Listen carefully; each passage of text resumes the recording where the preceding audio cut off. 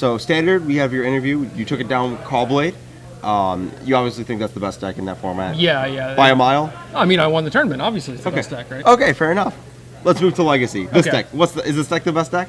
Well, despite me winning the tournament with it, I think it's really bad. Yeah. I have to say that was the feedback I got on these decks after the Grand Prix, too. Well, well, I don't think that deck is necessarily bad. I think it was really bad against like the standstill blue-white decks. But now with people playing Ancestral Vision, Stifle is like fine again. And I built my deck to be fine against Hive Mind with like the situational dazes and Stifles and stuff. But those are pretty bad against everyone else. So let's break down some of the 4 Tarmogoyf, obvious. Only 2 Vendilion Click, not 3. But you have 2 Tombstalkers, no Dark Confidants. So why'd you run on that side of the split?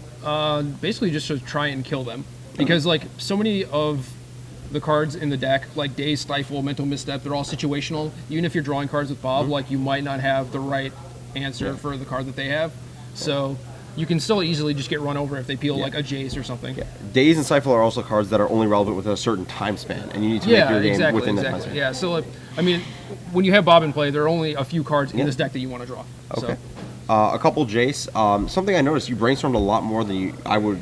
I like to Fate Seal with that card a lot, but you brainstormed a lot more.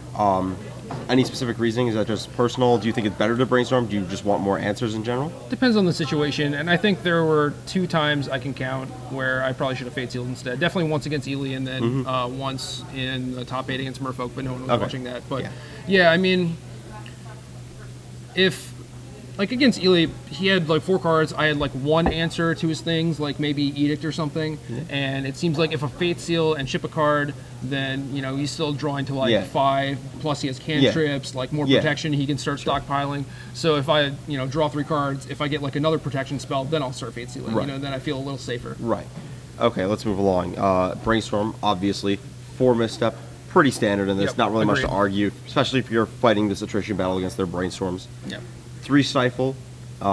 Stifle just mainly Hive Minds around Ancestral Visions. Yeah, not a card I'm a huge fan of, and nothing you really want to draw multiples of. It's pretty bad on the draw, that type of thing. So I definitely didn't want to play 4. 3 seems fine if you're expecting a lot of Hive Mind, but there wasn't a lot here for whatever reason. So going forward, I don't know what I would do to change the decks. But 3 Days. It's pretty standard again. Like don't want to draw multiples. Like smart people will play around it. And it's not that good with like your 3 drops. I have Vendilion, like Deeds in the board, Jace. Okay. 4 Force, pretty standard. This deck, really wants the Force, really needs to sort of maintain the board integrity. Yeah, it's a lot of time relevant cards you were saying. So yeah, it's pretty standard. But I've played this deck with like 2 and 3 Force Wolves, and it's been fine. But I've had like black heavier versions with like Thoughtseize and stuff. And this, I have like a lot of blue cards, so having 4 seems fine. For him, not going to change. Yeah, probably not. Some people play 3, but I mean it's like good to draw in multiples, Right. So. 2 Dismember as your removal spell of choice. Or your spot removal spell, better than Go for the Throat because it costs less? Yeah, I think so. It's just like really versatile, and there's very few things that it doesn't kill. So. Doesn't like snuff out Mrs. Bob or something like that. So whereas costing doesn't give you the option of casting it at full cost either. Yeah, pretty much. Okay, Diabolic Edict. What was that for? Mostly like Emrakul, Progenitus, Reanimator decks. It's like hedging. Yeah. There's no clear 1 removal spell that's better against all the field. So 1 Deed's sort of part of that? Yeah, that's just like my catch-all. I like to always be drawing live. I don't want to play against enchanters and just like have them play, everything Elephant Grass or something. Good card to reference, I would say.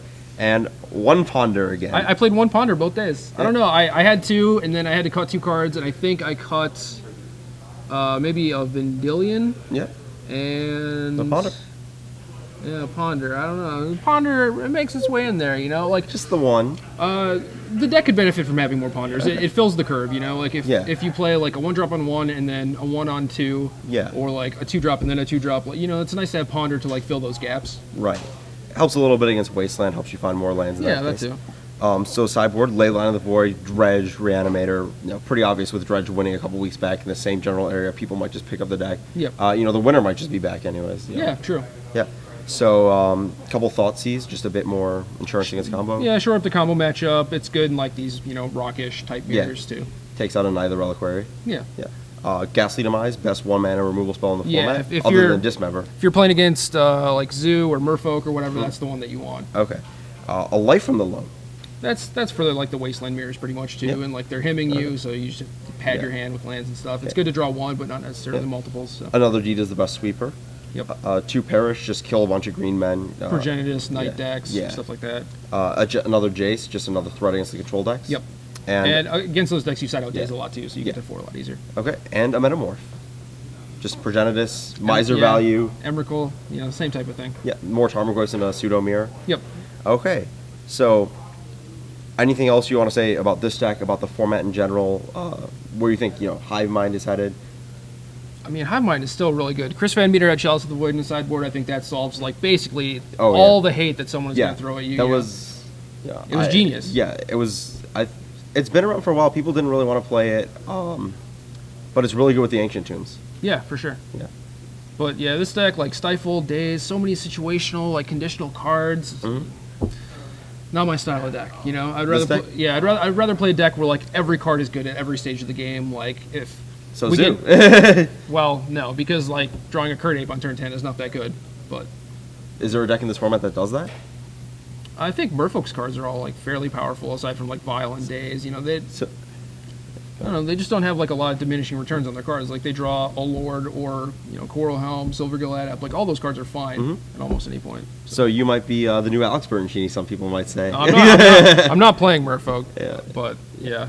Speaking of Alex, what about Edgar? Him in the Player of the Year race. At 199 points, I believe. Edgar, I believe, has 213 or 214 now, and Alex is a bit less than 10 points behind you, I want to say. Yeah. I mean, it's always close. I mean, we don't deal in like nickels and dimes here, like we're all top 8 these tournaments consistently. All someone has to do is have a really good weekend, they get really far ahead or like catch back up, and like that's what happened. I mean, I've taken a couple weeks off and I slept in for some legacy tournaments, and Alex is trying to like get me back in the thick of things, like we have to catch Edgar, come on. But I mean, close enough. Takes one weekend. Yeah. Settle down, Alex. Just do this again, you're all good. Exactly. Do this at the Invitational in North Carolina. Yeah, and then just bury Edgar. Yeah. Just completely crush and destroy him in points. That's the plan. I mean, I'll let him feel good for a little bit, I think. Are you saying he's only ahead because of the Invitational top 8, possibly? And because I haven't been playing tournaments, probably. Fair enough. Congrats again. Thank you. Double win. First time ever? Yeah, I think so. I think there may have been an old weekend where Alex pulled it off back-to-back with Fairies, but I don't know. That was before their opens, though. Yeah, that was definitely before the opens. The Sunday one was only like a 1K back then, right? I top 8 and got like $100 or something. Yeah, so sounds about right. So again, congrats again. Thanks. I'm sure we'll be seeing you around. Are you going to be at Gen Con next week? Maybe, don't know. No Gen Con. What's the week after? There's like, I don't know. I'll be around. No Gen Con. That's it, though. Yeah. Okay. Yeah. Take a week off, regain your form, and just come back to crush some more. Yeah. Play some Moto. Yeah. Chill. You can take a little time off because of these, I guess. Yeah. Find some way to spend some money. Find some things to fill these cups with. I don't know. Mountain Dew. Yeah. This is mostly Mountain Dew. Yeah. Well, anyways. Hope everyone enjoyed watching our broadcast this weekend. I'm Arielax here with double champion Gerry Thompson, and this was Star City Games Open, Pittsburgh, Pennsylvania. And it's been a great weekend, and I hope to see you back at the next one of these, which is in a few weeks, I believe, between all the intermediate events. Yeah. Have a good night.